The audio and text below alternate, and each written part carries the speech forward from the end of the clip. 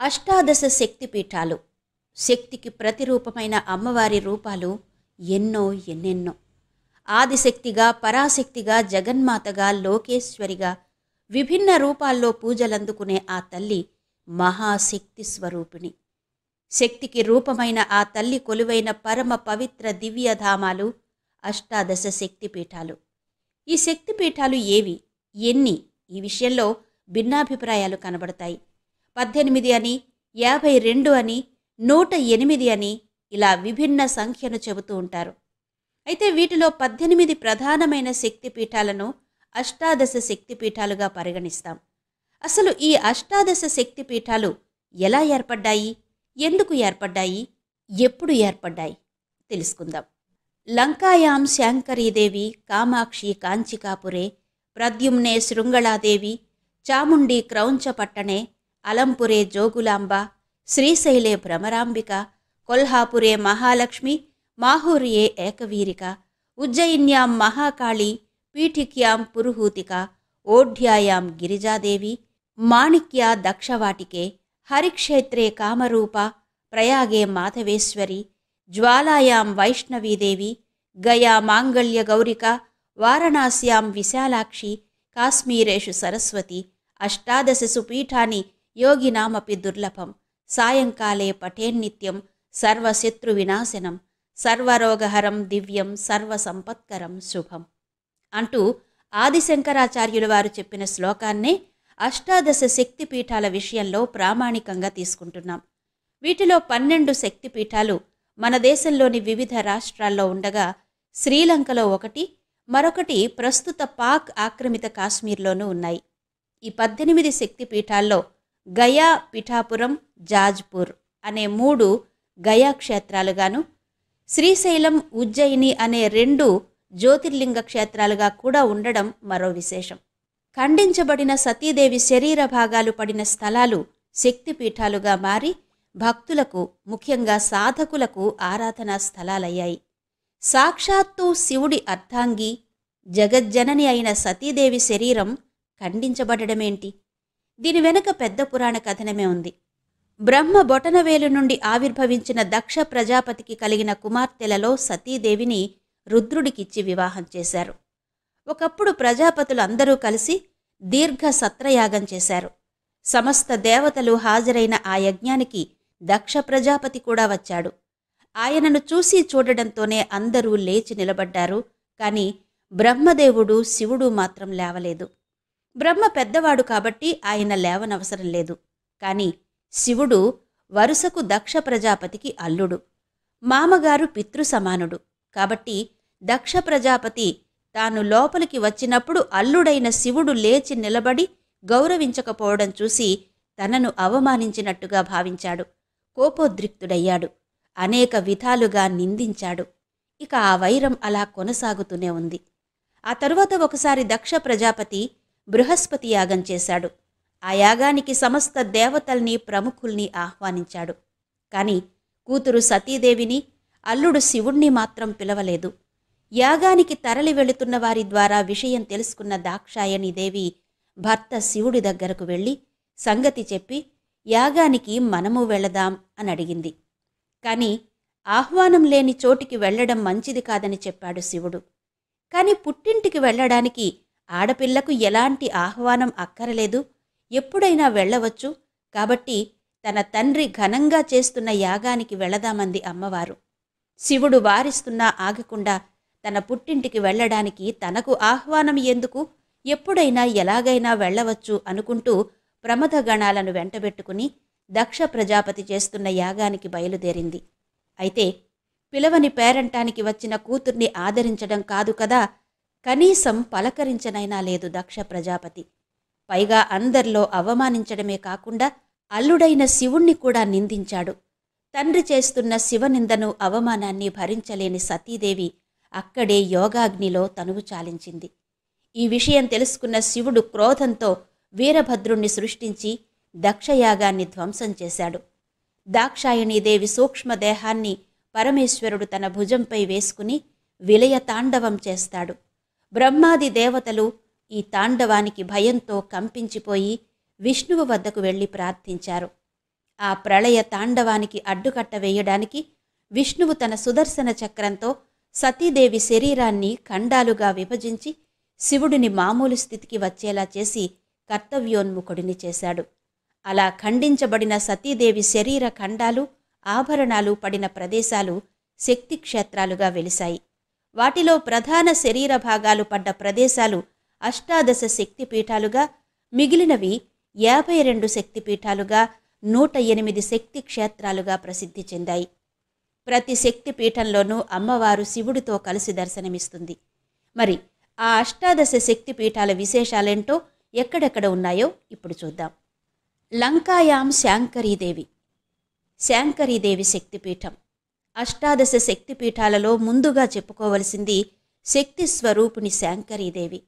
ఇది అమ్మవారి తొడభాగం పడిందని, కొన్ని కథనాల ప్రకారం అమ్మవారి కాలి గజ్జలు ఇక్కడ పడ్డాయని చెప్తారు.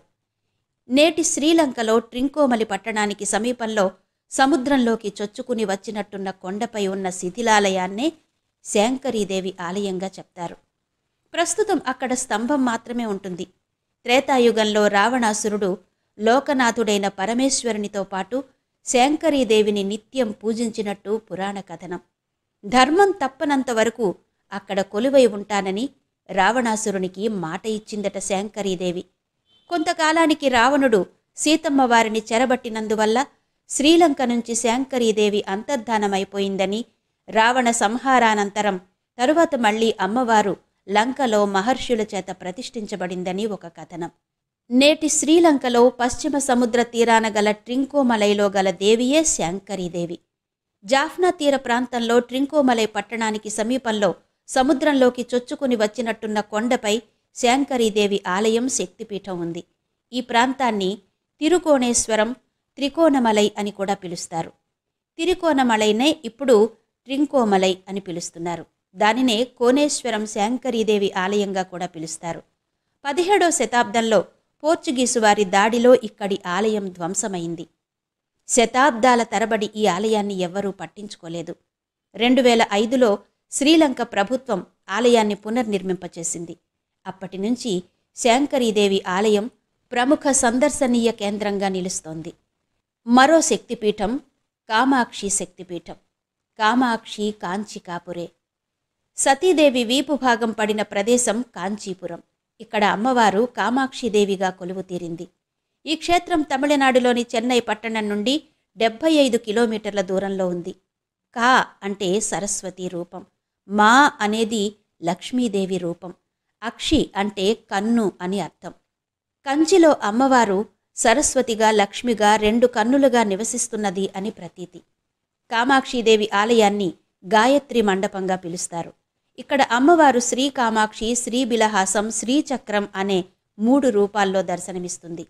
ఆలయంలోని అమ్మవారు పద్మాసనంపై కూర్చుని చేతులలో పాశం, అంకుశం, పుష్పబాణం, చెరుకు గడలతో దర్శనమిస్తుంది. ఈ రూపంలో ఉన్న అమ్మవారిని దర్శనం చేసుకుంటే శాంతి, సౌభాగ్యాలు లభిస్తాయని భక్తుల నమ్మకం. ఒకప్పుడు ఇక్కడ అమ్మవారు చాలా ఉగ్ర రూపంలో రాత్రి వేళల్లో నగరంలో సంచరిస్తూ బలి కోరుతూ ఉండడంతో అమ్మవారి ఉగ్రత తగ్గించేందుకు ఆదిశంకరాచార్యుల వారు ఇక్కడ శ్రీచక్రాన్ని ప్రతిష్ఠించి అమ్మవారిని శాంతి స్వరూపిణిగా మార్చినట్టు చెబుతారు. ఆ శ్రీచక్రానికి ఇక్కడ పూజలు జరుగుతాయి. అమ్మవారిని ఈ దేవాలయ ప్రాంగణం వీడి వెళ్ళొద్దని ఆదిశంకరాచార్యుల వారు అభ్యర్థించిన కారణంగా అమ్మవారు ఉత్సవాలకు మాత్రం ఉత్సవ కామాక్షి ప్రాంగణంలోనే ఉన్న శంకరుల వారి అనుమతి తీసుకుని దేవాలయ ప్రాంగణం నుంచి బయటకు వస్తుందని కూడా ఒక కథ ప్రచారంలో ఉంది. కామాక్షిదేవి కంచిలో మట్టితో చేసిన శివుడి విగ్రహానికి పూజ చేస్తూ ఆరాధించేదట. అప్పుడు శివుడు పెద్ద పెద్ద అలలతో కంబనది రూపంలో వచ్చాడట. కామాక్షిదేవిని పరీక్షించేందుకు అలల ఉధృతిని ఇంకా ఇంకా పెంచేశాడు శివుడు. అప్పుడు కామాక్షిదేవి తన 2 చేతులతో విగ్రహాన్ని పట్టుకుని అలల నుంచి కాపాడిందని ఇక్కడి స్థల పురాణం. సూది మొనపై కూర్చుని పంచాగ్నుల మధ్య నిలబడి శివుడిని పూజించగా దానికి సంతసించి ఆమె ఎదుట ప్రత్యక్షమై అమ్మవారిని వివాహమాడినట్టు ప్రతీతి. ఇక తరువాతి శక్తిపీఠం ప్రద్యుమ్నే శృంగళాదేవి. శృంఖలాదేవి శక్తిపీఠం. అమ్మవారి ఉదర భాగం పడిన చోటు ప్రద్యుమ్నం. ఈ క్షేత్రం గురించి 2 భిన్న వాదనలున్నాయి. కొందరేమో గుజరాత్లో ఉన్నది అని, కాదు పశ్చిమ బెంగాల్లో ఉన్నదే అసలైన శక్తిపీఠమని మరికొందరు అంటూ ఉంటారు. కానీ కలకత్తాకు 80 కిలోమీటర్ల దూరంలో హుగ్లీ జిల్లాలోని పాండువా అనే గ్రామంలో ఉన్నదే అసలైన క్షేత్రంగా అధిక శాతం భక్తుల నమ్మకం. ఈ క్షేత్ర స్థల పురాణం విషయానికి వస్తే, త్రేతాయుగంలో ఋష్యశృంగ మహర్షి శృంఖలాదేవిని ప్రతిష్ఠించినట్టు ఓ కథనం. పూర్వం వంగదేశంలో రోమపాదుడు అనే రాజు పరిపాలించేవాడు. అతడి రాజ్యం సస్యశ్యామలమై ఉండేది. అయితే ఒకసారి తీవ్రమైన కరువు పరిస్థితులు ఏర్పడి ప్రజలు విలవిలలాడసాగారు. ఈ కరువు నుండి ఎలా బయటపడాలా అని రోమపాదుడు తీవ్రంగా ఆలోచించసాగాడు. సరిగ్గా అలాంటి సమయంలోనే రోమపాద మహారాజు ఋష్యశృంగుని గురించి విన్నాడు. ఋష్యశృంగుడు విభాండకుడు చిత్రరేఖల కుమారుడు, మహా తపోబల సంపన్నుడు. ఋష్యశృంగుడు ఎక్కడ కాలు మోపితే అక్కడ సస్యశ్యామలమే. ఈ విషయం గురించి విన్న రోమపాదుడు ఋష్యశృంగుని తీసుకువచ్చేందుకు కొందరు యువతులను ఆశ్రమానికి పంపాడు. అంతవరకు ఆశ్రమం వదిలి బయటకు వెళ్ళని మునికుమారులను మినహా ఇతరులను చూసి ఎరుగని ఋష్యశృంగుడు యువతులను చూసి ఆశ్చర్యపడి, వారే ఇంత చూడచక్కగా ఉంటే ఇక వారి ఆశ్రమాలు ఇంకెంత అందంగా ఉంటాయో చూడాలన్న ఉత్సాహం కలుగగా వారి వెంట వంగదేశం చేరుకున్నాడు. ఋష్యశృంగుడు ఆ రాజ్యంలో పాదం మోపడంతోనే కరువు పోయి వర్షాలు కురిసి రాజ్యం సస్యశ్యామలమైంది. దాంతో ఋష్యశృంగుని నిరంతరం తన రాజ్యంలోనే ఉంచడానికి గాను రోమపాదుడు తన కుమార్తె శాంతాదేవిని ఋష్యశృంగునికిచ్చి వివాహం చేశాడు. ఈ విధంగా కొంతకాలం వంగదేశంలో గడిపిన ఋష్యశృంగుడు శృంఖలాదేవిని ప్రతిష్ఠించి పూజించినట్టు కథనం. శృంగుడు ప్రతిష్ఠించిన దేవత కనుక శృంఖలాదేవి అని పేరొచ్చిందట. కాలక్రమంలో ఆ పేరు శృంఖలాదేవి అయింది. 2 రకాల అర్థాలున్నాయి. మొదటిది బంధనానికి ఉపయోగించే గొలుసు అంటే సంకెళ్ళు అని. రెండవది బాలింతలు నడుముకు కట్టుకునే గుడ్డ అని అర్థం. ఇక్కడ అమ్మవారు బాలింతల నడుముకు గుడ్డ కట్టుకుని దర్శనమిస్తుంది. శృంఖలాదేవి భక్తుల సమస్యల సంకెళ్ళు తొలగించే తల్లిగా పేరు పొందింది. సాధారణంగా బాలింతలు నడుముకు గుడ్డ కట్టుకుంటారు. దీనికి బాలింత నడికట్టు అని పేరు. దీనికే శృంఖల అనే పేరు ఉండడం వల్ల కొత్తగా ప్రసవించిన బాలింత చంటి బిడ్డకు పాలిచ్చి కంటికి రెప్పలా ఎలా కాపాడుతుందో ఆ తల్లి కూడా అలాగే కాపాడుతుందని భక్తుల నమ్మకం. కలకత్తా సమీపాన గల సాగర సంగమంలో గంగానది ప్రవేశించే గంగాసాగర్లో ఉన్న అధినాథ క్షేత్రమే శృంఖలాదేవి శక్తిపీఠమని అమ్మవారి ఆదేశంతో ఋష్యశృంగ మహర్షి ఈ పీఠాన్ని కర్ణాటకలోని శృంగేరికి తరలించినట్టు కొందరు చెబుతారు. ఇంకొందరు గుజరాత్లోని చోటిల్లాలో ఈ శక్తిపీఠం ఉందని నమ్ముతారు. ఇలా ఈ శృంఖలాదేవి శక్తిపీఠం గురించి భిన్నాభిప్రాయాలు వినబడతాయి. ఇక మరో శక్తిపీఠం చాముండేశ్వరి శక్తిపీఠం. చాముండి క్రౌంచపట్టణే. అమ్మవారి తల వెంట్రుకలు ప్రస్తుత మైసూర్ ప్రాంతంలోని చాముండి పర్వతాలపై పడ్డాయని స్థల పురాణం చెబుతోంది. ఈ ఆలయంలో అమ్మవారు స్వర్ణ విగ్రహ రూపంలో కొలువై భక్తుల పూజలందుకుంటోంది. సముద్ర మట్టానికి 3500 కిలోమీటర్ల ఎత్తున చాముండేశ్వరి కొండపై ఈ శక్తిపీఠం ఉంది. ఈ శక్తిపీఠానికి సంబంధించి ఒక పురాణ కథనం ఉంది. పూర్వం మహిషాసురుడనే రాక్షసుడు కఠోరమైన తపస్సు చేసి ఒక్క స్త్రీ చేతిలో తప్ప ఇంకెవ్వరి చేతుల్లోనూ మరణించకూడదని పరమేశ్వరుడి నుంచి వరాన్ని పొందుతాడు. ఆ వర గర్వంతో ఎవ్వరూ తనను చంపలేరు, ఇక ఒక స్త్రీ తననేం చెయ్యగలదు అన్న అహంకారంతో సకల లోకాలను పీడించసాగాడు. చివరికి ఇంద్రుని జయించి స్వర్గాన్ని కూడా ఆక్రమించాడు. అతని ఆగడాలకు భయభ్రాంతులైన సకల లోకవాసులు త్రిమూర్తులను వేడుకోగా వారు మహిషాసుర సంహారం కోసం స్త్రీ శక్తిని సృష్టిస్తారు. ఆ సర్వదేవతల శక్తితో వెలసిన శక్తి స్వరూపిణియే చాముండేశ్వరి. 18 చేతులతో ప్రతి చేతిలో ఒక ఆయుధంతో ఆ తల్లి దర్శనమిస్తుంది. ముందుగా చండముండ అనే రాక్షసులను సంహరించిన తరువాత మహిషాసురుణ్ణి వధించి మహిషాసురమర్దినిగా సకల లోకవాసుల కీర్తనలను అందుకుంది. చాముండేశ్వరి ఆలయానికి వెళ్లే మార్గంలోనే ఒక చేతిలో కత్తితో మరొక చేతిలో పడగ విప్పిన పాముతో ఉన్న మహిషాసురుని విగ్రహం మనం చూడొచ్చు. మైసూర్ రాజుల ఇష్టదైవమైన చాముండేశ్వరి ఆలయంలో దసరా ఉత్సవాలను అత్యంత వైభవంగా చేస్తారు.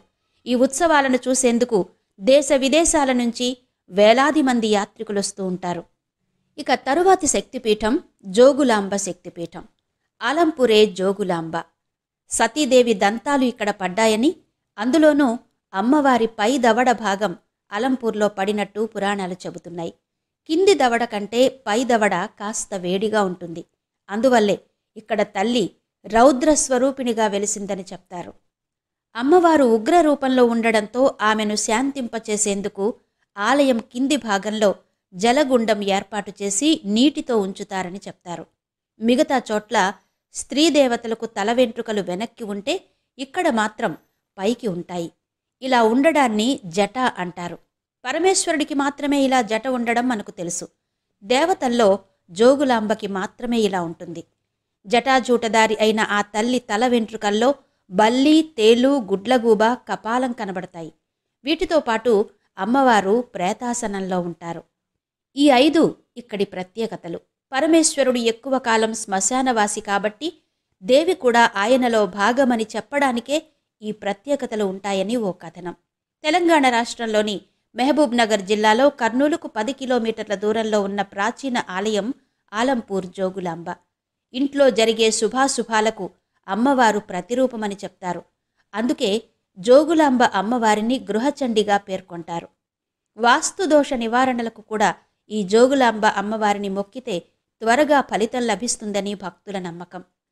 జోగులాంబ ఆలయాన్ని మొదట సాధారణ శకం 6వ శతాబ్దంలో బాదామి చాళుక్యుడైన రెండో పులకేశి నిర్మించాడు. ఆ తరువాత 17వ శతాబ్దంలో మహమ్మదీయుల దండయాత్ర సమయంలో ఆలయం ధ్వంసమైనట్టు చారిత్రక కథనాలు చెబుతున్నాయి. అయితే అమ్మవారి విగ్రహాన్ని మాత్రం సమీపంలోని బాలబ్రహ్మేశ్వర స్వామి ఆలయంలోని నైరుతి భాగంలో ఏర్పాటు చేశారు. అయితే ఇప్పుడు మనం చూస్తున్న జోగులాంబ అమ్మవారి ఆలయాన్ని 2005లో అప్పటి రాష్ట్ర ప్రభుత్వం నిర్మించింది. ఆ సమయంలోనే అమ్మవారి విగ్రహాన్ని పునఃప్రతిష్ఠ చేశారు.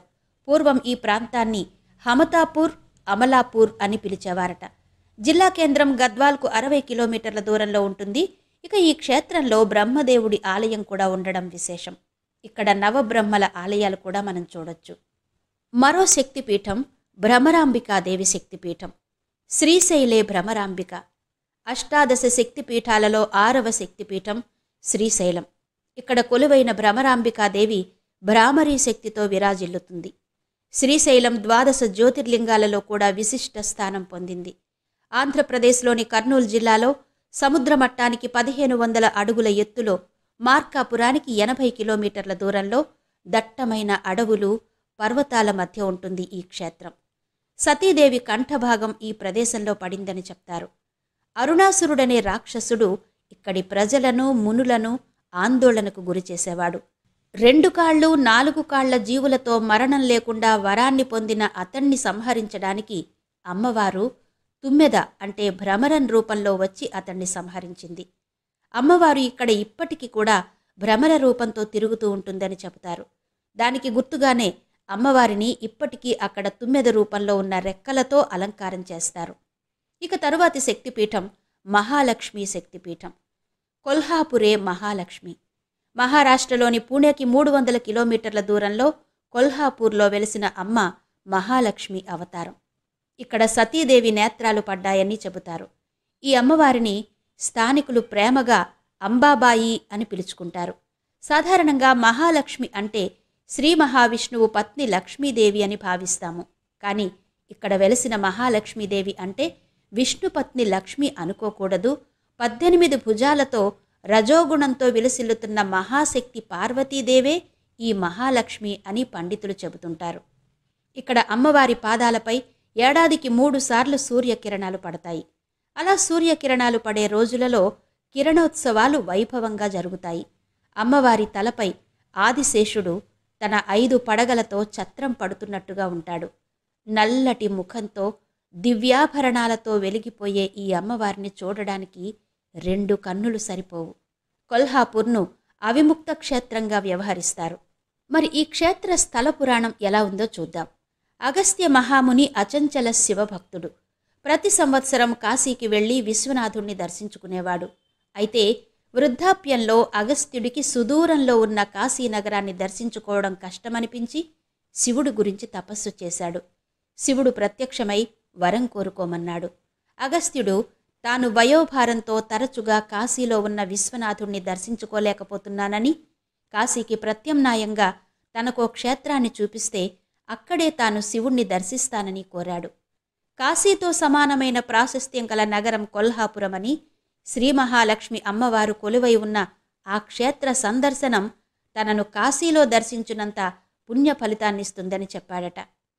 ప్రళయకాలంలో పరమశివుడు తన త్రిశూలంతో కాశీ నగరాన్ని ఎత్తి రక్షించగా నీటిలో మునిగిపోయిన ఈ క్షేత్రాన్ని మహాలక్ష్మి అమ్మవారు తన కరములతో పైకి ఎత్తినందువల్ల ఈ క్షేత్రానికి కరవీర క్షేత్రం అనే పేరొచ్చిందని చెబుతారు. ఈ నగరాన్ని కోల్పూర్ అని, కోల్గిరి అని, కొలదిగిరి పట్టణ్ అని పిలిచేవారు. కొల్ల అంటే లోయ అని, పూర్ అంటే పట్టణం అనే అర్థంలో ఈ క్షేత్రం విలసిల్లిందని చెబుతారు. ఈ క్షేత్రంలో మహాలక్ష్మి అధిష్టాన దేవత కాగా శివుడు నీరుగా, విష్ణువు రాయిగా, మహర్షులు ఇసుకగా, దేవతలు చెట్లుగా 3.5 కోట్ల తీర్థాలు సూర్యగ్రహణం రోజున ఇక్కడ కొలువై ఉంటారని, అందుకే సూర్యగ్రహణం రోజున ఈ క్షేత్రంలో స్నానాలు చేస్తే పంచమహాపాతకాలు సైతం ప్రక్షాళనమవుతాయని చెబుతారు. కొల్హాపూర్ క్షేత్రాన్ని 1359 సంవత్సరం వరకు శివాజీ మహారాజు పూర్వీకులు పాలించగా 17వ శతాబ్దంలో ఛత్రపతి శివాజీ ఏలుబడిలో దినదిన ప్రవర్ధమానమైందని తెలుస్తోంది. ఇక తరువాతి శక్తిపీఠం ఏకవీరాదేవి శక్తిపీఠం. మాహుర్యే ఏకవీరిక. మహారాష్ట్రలోని నాందేడ్ జిల్లా కేంద్రానికి 128 కిలోమీటర్ల దూరంలో ఉన్న మాహోర్కి 15 కిలోమీటర్ల దూరంలో వెలిసిన తల్లి ఏకవీరాదేవి. దక్షయజ్ఞంలో తనువు చాలించిన అమ్మవారి కుడిచేయి పడిన స్థలమిది. ఇక్కడ అమ్మవారి శిరస్సు మాత్రమే మనకు కనబడుతుంది. గుడిలో పెద్ద కన్నులతో గర్భగుడి పైకప్పును తాకేటంత ఎత్తులో ఉండే తలభాగం మాత్రమే ఇక్కడ ఉంటుంది. అమ్మవారి ముఖమంతా సింధూరం పూసి పూర్తిగా సింధూర వర్ణంతో కనబడుతుంది. ఈ ప్రాంతాన్ని మయూరపురం అని కూడా అంటారు. సహ్యాద్రి పర్వత శ్రేణులలో శిఖరంపై గల ఈ శక్తిపీఠాన్ని దర్శించేందుకు ఎందరో తాంత్రికులు, క్షుద్రోపాసకులు వచ్చి అమ్మవారికి జంతుబలులిచ్చి సంతృప్తిపరుస్తారు.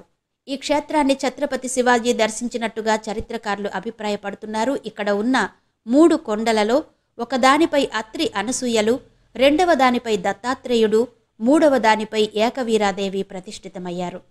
జమదగ్ని, రేణుకా దంపతులకు సంబంధించిన కథ ఇక్కడే జరిగిందని కూడా చెప్తారు. పరశురాముని చేత ఖండితమైన తల్లి శిరస్సే ఈ దేవత. ఈ తల్లినే చిన్నమస్త అని కూడా అంటారు. జమదగ్ని మహర్షి తన భార్య రేణుకాదేవి మనసు చంచలమైందని ఆగ్రహించి ఆమె తల తీసేయమని కొడుకైన పరశురాముడిని ఆదేశిస్తాడు. తండ్రి మాటను పరశురాముడు శిరసావహిస్తాడు. ఫలితంగా మొండెం నుంచి వేరైన రేణుకామాత తల అక్కడికి దగ్గరలో ఉన్న ఓ గూడెంలో పడుతుంది. రేణుకామాత పాతివ్రత్యం గురించి ముందుగానే తెలిసి ఉండడం వలన ఆ గూడెం ప్రజలు ఆమె తలపడిన ప్రదేశంలో గుడి కట్టి పూజించడం మొదలుపెట్టారు. అలా ఇక్కడి అమ్మవారి పూజలందుకుంటోందని భక్తుల నమ్మకం. అయితే ఇది రేణుకామాత ఆలయమే తప్ప శక్తిపీఠం కాదని కూడా ఒక వాదన ఉంది. అక్కడికి దగ్గరలోనే అంటే మాహోర్కి 10 కిలోమీటర్ల దూరంలో అసలైన శక్తిపీఠం ఉందని, నిజమైన శక్తిపీఠం ఇదేనని చెప్పే ఆధారాలు ఇక్కడ ఉన్నాయని కూడా అంటారు. మాహోర్కి 10 కిలోమీటర్ల దూరంలో పొలాల మధ్య చిన్న గుడిలో వెలిసిన ఈ అమ్మవారి ప్రతిమ కూడా ముఖం వరకు మాత్రమే ఉండడం విశేషం. ఏదేమైనా ఈ ప్రాంతానికి వెళితే రేణుకామాత క్షేత్రంతో పాటు అమ్మవారి శక్తిపీఠాన్ని దర్శించిన భాగ్యం కలుగుతుందనడంలో ఎలాంటి సందేహం లేదు. ఇక తరువాతి శక్తిపీఠం మహాకాళి అమ్మవారు. ఉజ్జయిన్యాం మహాకాళి. ఉజ్జయిని నగరంలో సతీదేవి యొక్క పైపెదవి పడిన స్థలంగా దేవి భాగవతం చెబుతోంది. మధ్యప్రదేశ్లోని ఇండోర్ పట్టణానికి 50 కిలోమీటర్ల దూరంలో మహాకాళేశ్వర జ్యోతిర్లింగం, మహాకాళి ఆలయం ఉన్నాయి.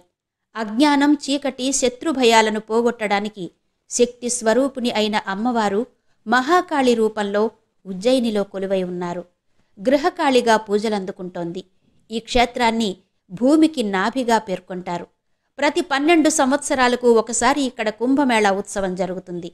ఈ ఉజ్జయిని కుశస్థలి, కనకశృంగి, పద్మావతి, కుముద్వతి, అమరావతి, విశాల అనే పేర్లతో కాల పరిస్థితులను బట్టి మారింది. సప్త మోక్షపురాలలో ఒకటి ఈ ఉజ్జయిని. పూర్వం బ్రహ్మదేవుడి నుంచి ఎన్నో వరాలు పొందిన అంధకాసురుడు వరగర్వంతో ప్రజలను, దేవతలను విపరీతంగా హింసించసాగాడు. దేవతల కోరిక మీద మహాకాళేశ్వరుడైన పరమేశ్వరుడు అంధకాసురుణ్ణి వధించడానికి అంధకాసురుడితో యుద్ధం చేస్తాడు. కాని బ్రహ్మదేవుని వరం కారణంగా అంధకాసురుని రక్తం ఎన్ని చుక్కలు నేలను తాకితే అంతమంది రాక్షసులు పుట్టుకొస్తారు. అలా అతని సైన్యం పెరిగిపోయి విజృంభించసాగింది. దాంతో ఆది పరాశక్తి మహాకాళికాదేవి అవతారం దాల్చి యుద్ధభూమిలో ప్రవేశించి తన పొడవైన నాలుకను చాచి అంధకాసురుడి రక్తం ఒక్క బొట్టు కూడా నేల చిందకుండా తాగేసిందని, అప్పుడు మహాకాలుడు అంధకాసురుణ్ణి సంహరించాడని స్థలపురాణం. కుజునికి ఇక్కడ ప్రత్యేకంగా ఒక ఆలయం ఉంది. భూమిపుత్రుడైన కుజుడు భూమి నుంచి విడిపోయిన ప్రాంతం ఇదేనని జ్యోతిష నిపుణులు చెబుతారు. విక్రమార్క మహారాజు చరిత్ర ఉజ్జయినితో ముడిపడి ఉంది. మహాకవి కాళిదాసు నాలుకపై అమ్మవారు బీజాక్షరాలు రాసింది కూడా ఇక్కడే అని చెబుతారు. ఇక తరువాతి శక్తిపీఠం పురుహూతికాదేవి. పీఠిక్యాం పురుహూతిక. ఆంధ్రప్రదేశ్లోని తూర్పుగోదావరి జిల్లాలో సామర్లకోటకు 13 కిలోమీటర్ల దూరంలో ఉన్న పిఠాపురంలో సతీదేవి పీఠభాగం పడడంతో మొదట్లో పీఠికాపురంగా, కాలక్రమంలో పిఠాపురంగా ఈ ప్రాంతం పేరొందింది. ఇక్కడ అమ్మవారు పురుహూతికాదేవిగా, హుంకారినిగా పూజలందుకుంటోంది. అమ్మవారి 4 చేతుల్లో బీజపాత్ర, గొడ్డలి, తామర పువ్వు, మధుపాత్ర ఉంటాయి. ఇక్కడ పరమేశ్వరుడు కుక్కుటేశ్వరునిగా వెలిశాడు. పూర్వం ఏలుడు అనే ఋషి గంగమ్మ కోసం శివుడి అనుగ్రహాన్ని కోరుతూ ఘోరమైన తపస్సు చేశాడు. ఏలుని తపస్సుతో సంతృప్తి చెందిన పరమేశ్వరుడు తన జటాజూటంలో ఉన్న గంగలోని ఒక పాయను వదిలి ఒక షరతును కూడా పెట్టాడు. నువ్వు వెనక్కి తిరిగి చూడకుండా పోయినంతసేపు గంగ నీతో వస్తుందని, ఎక్కడైనా వెనక్కి తిరిగి చూస్తే అక్కడే గంగమ్మ ఆగిపోతుందని చెప్పాడు శివుడు ఏలునితో. కానీ శివుని అనుగ్రహానికి ఆనకట్టగా నిలవాలని ఇంద్రుడు కోడిపుంజులా మారి కూశాడు. ఏలుడు వెనక్కి తిరిగి చూశాడు. గంగ ఆగి అక్కడ ఏలానదిగా మారింది. శివుడు కుక్కుటేశ్వరుడిగా మారాడు. ఇక్కడ ఎక్కువగా అపరకర్మలు చేస్తారని ఆలయ పండితులు చెబుతారు. ఇక తరువాతి శక్తిపీఠం గిరిజాదేవి. ఓఢ్యాయాం గిరిజాదేవి. నేటి ఒడిశా రాష్ట్రంలో కటక్ సమీపంలోని వైతరణి నది ఒడ్డున అమ్మవారు త్రిశక్తి స్వరూపిణిగా వెలిసింది. ఈ ప్రాంతాన్ని వైతరణీపురం అని కూడా అంటారు. ఒరిస్సాలోని జాజ్పూర్ రోడ్డు నుంచి 20 కిలోమీటర్ల దూరం ప్రయాణిస్తే గిరిజాదేవి ఆలయానికి చేరుకోవచ్చు. ఇక్కడ అమ్మవారిని బిరిజాదేవి అని కూడా పిలుస్తారు. సతీదేవి నాభిస్థానం ఇక్కడ పడిందని చెబుతారు. అమ్మవారి ముఖం మాత్రమే కనిపించేలా మిగతా విగ్రహాన్ని పూలతో, దండలతో, బంగారు ఆభరణాలతో అలంకరిస్తారు. సింహవాహినిగా దర్శనమిచ్చే గిరిజాదేవి ఒక చేతిలో ఖడ్గం, ఒక చేతిలో మహిషాసురుని తోకా పట్టుకుని ఉంటుంది. ఈమెను శక్తిత్రయ రూపిణిగా కొలుస్తారని ఆలయ పురాణాలు చెబుతున్నాయి. తరువాతి శక్తిపీఠం శ్రీ మాణిక్యాంబాదేవి. మాణిక్య దక్షవాటికే. దక్షారామం, ద్రాక్షారామం. ఇది సతీదేవి కణతపడిన భాగం. పంచారామాలలో మొదటిదిగా ప్రసిద్ధి చెందిన క్షేత్రం. ఆంధ్రప్రదేశ్లోని తూర్పుగోదావరి జిల్లాలోని ద్రాక్షారామంలో మాణిక్యాంబ అమ్మవారు వెలిశారు. ఈ ద్రాక్షారామాన్ని మొదట్లో దక్షారామంగా పిలిచేవారు. అదే తరువాతి కాలంలో ద్రాక్షారామంగా స్థిరపడింది. ఇది దక్షయజ్ఞంలో సతీదేవి ఆహుతి అయిన ప్రదేశంగా చెప్తారు. తరువాతి శక్తిపీఠం కామాఖ్యాదేవి. హరిక్షేత్రే కామరూప. అస్సాం రాష్ట్రంలోని గౌహతి పట్టణంలో బ్రహ్మపుత్ర నది ఒడ్డున నీలాచల పర్వత శిఖరంపై సతీదేవి యోని భాగం పడిందని ప్రతీతి. నీలాచలంలోని గర్భగుడిలో యోని వంటి శిల ఒకటి ఉంటుంది. ఆ శిల నుండి సన్నని ధారగా జలం వస్తుంది. ఏటా వేసవికాలంలో 3 రోజుల పాటు ఎర్రటి నీరు వస్తుంది. అది స్త్రీత్వానికి ప్రతీకగా చెబుతారు. అమ్మవారు రజస్వల అయిందని ఈ 3 రోజులు దేవాలయాన్ని మూసి ఉంచుతారు. 4వ రోజున సంప్రోక్షణ జరుపుతారు. పరశురాముని మాతృహత్యా దోషాన్ని ఈ తల్లే పోగొట్టిందని, శివుడి కంటి మంటకు దహనమైన మన్మధుణ్ణి జీవింపచేసిందని పురాణాలు చెబుతున్నాయి. సతీదేవి ఆత్మత్యాగానంతరం తీవ్రమైన వేదనతో తపస్సమాధిలో లీనమై ఉన్న పరమేశ్వరుని మనసు మార్చాలని దేవతలు సంకల్పిస్తారు. ఇందులో భాగంగా మన్మధుడు సమయం చూసుకుని పూలబాణాలు వేసి ఆయనకు తపోభంగం కలిగిస్తాడు. దాంతో ముక్కంటి తన 3వ కంటిని తెరిచి మన్మధుణ్ణి మసి చేస్తాడు. మన్మధుడికే కాముడు అనే పేరు. కాముణ్ణి దహించిన ప్రదేశం కాబట్టి దీనికి కామాఖ్య అనే పేరొచ్చిందంటారు. ఆ తరువాత అమ్మవారి అనుగ్రహంతో మన్మధుడు తిరిగి రూపాన్ని పొందాడు. 8వ శతాబ్దంలో నిర్మించిందిగా భావిస్తున్న ఈ ఆలయం 16వ శతాబ్దంలో అన్యమతస్థుల దాడుల్లో ధ్వంసం కాగా 17వ శతాబ్దంలో కూచ్ బిహార్ రాజు నరనారాయణుడు పునర్నిర్మించాడని శాసనాలు చెబుతున్నాయి. మాంత్రికులకు, తాంత్రికులకు, వామాచారులకు, క్షుద్ర పూజలు చేసేవారికి ఈ ఆలయమే ఆధారంగా చెప్తారు. మృగశిర కార్తె వెళ్లి ఆరుద్ర ప్రవేశించే నాటికి భూమాత రజస్వల అవుతుందని దేవి భాగవతంలో ఉంది. అంబుబాచి మేళ ఈ సమయంలోనే జరుగుతుంది. ఇదే కామాఖ్య కుంభమేళాగా పిలుస్తారు. తొలకరి చినుకులు కురిసే సమయంలో గర్భగుడిలో శక్తిపీఠంపై ప్రవహించే జలధార ఎర్రగా మారుతుంది. దీనినే దేవి వార్షిక ఋతుచక్రంగా భావిస్తారు. ఈ అంబుబాచి పర్వానికి ముందు శక్తిపీఠంపై ఎర్రటి వస్త్రాన్ని కప్పుతారు. జలధార ఎర్రగా మారడంతో వస్త్రం ఎర్రగా మారుతుంది. ఈ వస్త్రాన్ని చిన్న చిన్న ముక్కలుగా మార్చి భక్తులకు ప్రసాదంగా ఇస్తారు. తరువాత పండాలు గర్భగుడిని శక్తిపీఠాన్ని శుభ్రపరిచి ప్రత్యేక పూజలు చేసిన తర్వాత 5వ రోజున ఆలయాన్ని తెరుస్తారు. ఈ 5 రోజులు సాధువులు సామాన్యులు ఆలయం వెలుపల అమ్మవారి దర్శనం కోసం వేచి ఉంటారు. తాంత్రిక భావనలకు ప్రసిద్ధి చెందడంతో ఇక్కడ జంతు బలులు సర్వసాధారణం. మరెక్కడా లేని విధంగా ఇక్కడ మహిషాలను సైతం బలిస్తారు. ఈ ఆలయంలో అమ్మవారిని దర్శించుకున్న అనంతరం ప్రదక్షిణ చేయకపోతే దర్శన ఫలితం దక్కదని భక్తుల నమ్మకం. సంధ్యవేళ దాటిన తర్వాత అమ్మవారిని దర్శించుకోకూడదనే నియమం కూడా ఇక్కడ ఉంది. అందుకే సాయంత్రం దాటితే ఆలయాన్ని మూసేస్తారు. ఇక తరువాతి శక్తిపీఠం మాధవేశ్వరి శక్తిపీఠం. ప్రయాగే మాధవేశ్వరి. అమ్మవారి కుడి చేతి 4 వేళ్లు ప్రయాగ అంటే అలహాబాద్ ప్రాంతంలో పడినట్టు చెబుతారు. సతీదేవి వేళ్లు పడిన ప్రదేశంలో కట్టిన ఈ ఆలయంలో విగ్రహం ఉండదు. 4 దిక్కులా సమానంగా ఉన్న ఒక పీఠం మాత్రం ఉంటుంది.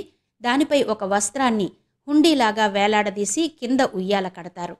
భక్తులు అక్కడే దీపారాధనలు చేసి అమ్మవారిని కొలిచినట్టుగా భావిస్తారు. తాము తెచ్చే కానుకలను ఊయల్లో ఉంచుతారు. స్థానికులు ఈ అమ్మవారిని అలోపీదేవిగా కొలుస్తారు. దేవగురువైన బృహస్పతి కృతయుగంలో బిందుమాధవీదేవిని అమృతంతో అభిషేకించాడని ప్రతీతి. అందుకే ప్రయాగను అమృత తీర్థమని కూడా పిలుస్తారు. సూర్యుడు అమ్మవారిని ఆరాధించిన క్షేత్రం కాబట్టి భాస్కర క్షేత్రమని కూడా వ్యవహరిస్తారు. ఇక తరువాతి శక్తిపీఠం వైష్ణవీదేవి. జ్వాలాయాం వైష్ణవీదేవి. సతీదేవి శిరస్సు పడిన చోటుగా చెప్పిన ప్రదేశం. జమ్మూ కాశ్మీర్ రాష్ట్రంలో జమ్మూకు 50 కిలోమీటర్ల దూరంలో కాట్రా అనే ప్రదేశంలో ఉంది ఈ ప్రాంతం.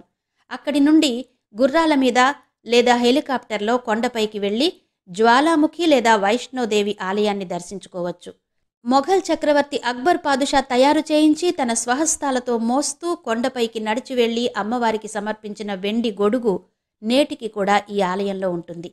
ఆ దేవిని దర్శించిన వారెవరూ తమ న్యాయమైన కోరికలు తీరకుండా రిక్తహస్తాలతో వెనుతిరగరని భక్తుల ప్రగాఢ నమ్మకం.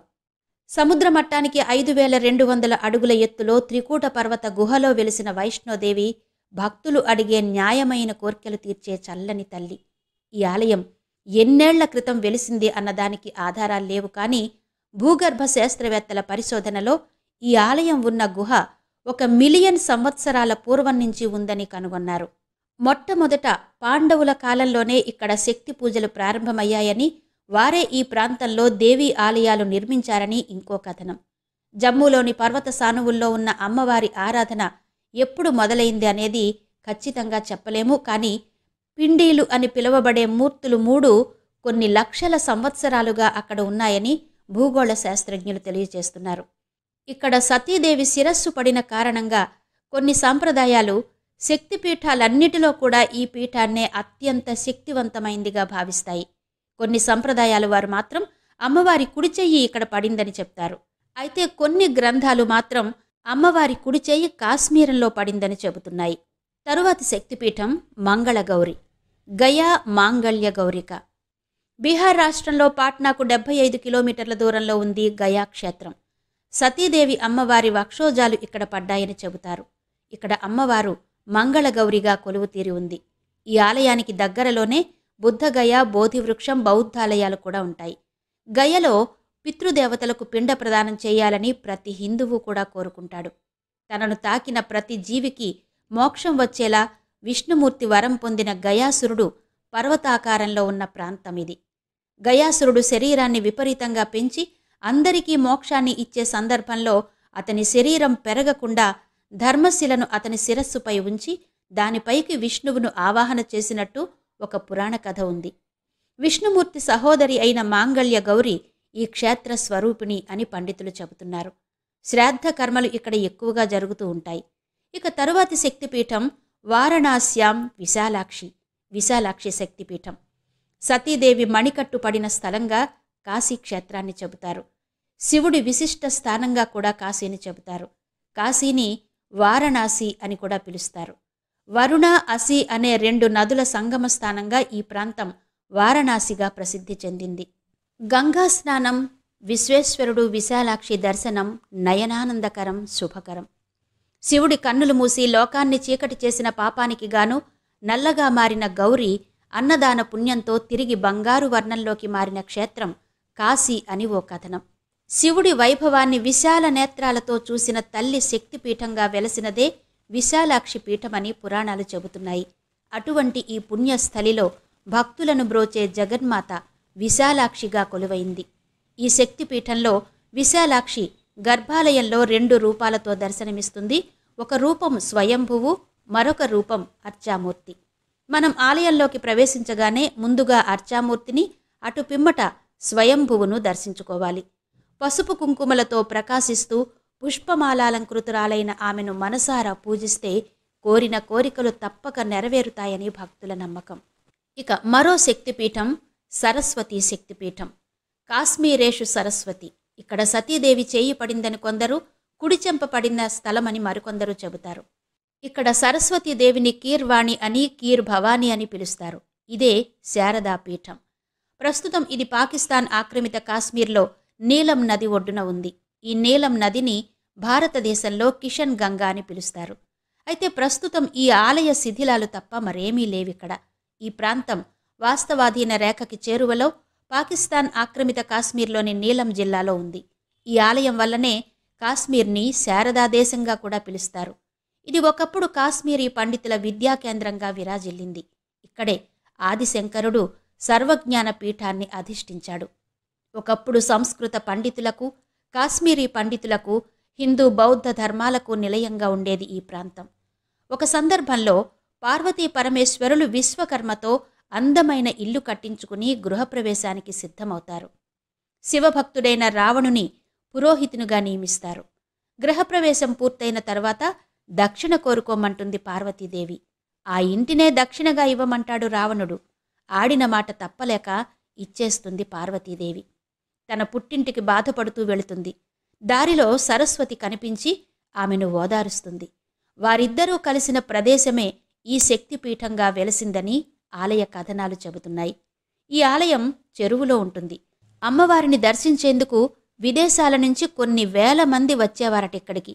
కానీ ఆ ఆలయం ధ్వంసం కావడంతో అక్కడ పూజలు జరగడం లేదని ఆ పీఠాన్ని శృంగేరి, కర్ణాటక రాష్ట్రంలో ఉన్న శృంగేరిలో ప్రతిష్ఠించారని చెబుతారు. మంగుళూరుకు 100 కిలోమీటర్ల దూరంలో సరస్వతి ఆలయ రూపకల్పన చేసి ఒక రాయిపై చక్రయాత్ర స్థాపన చేసి సరస్వతీదేవి చందనపు విగ్రహాన్ని ప్రతిష్ఠ చేశారట. ఇవి అష్టాదశ శక్తి పీఠాల చరిత్ర, పురాణ కథనాలు. మరో చక్కటి ఆధ్యాత్మిక విశేషంతో మళ్ళీ మీ ముందుకొస్తాను.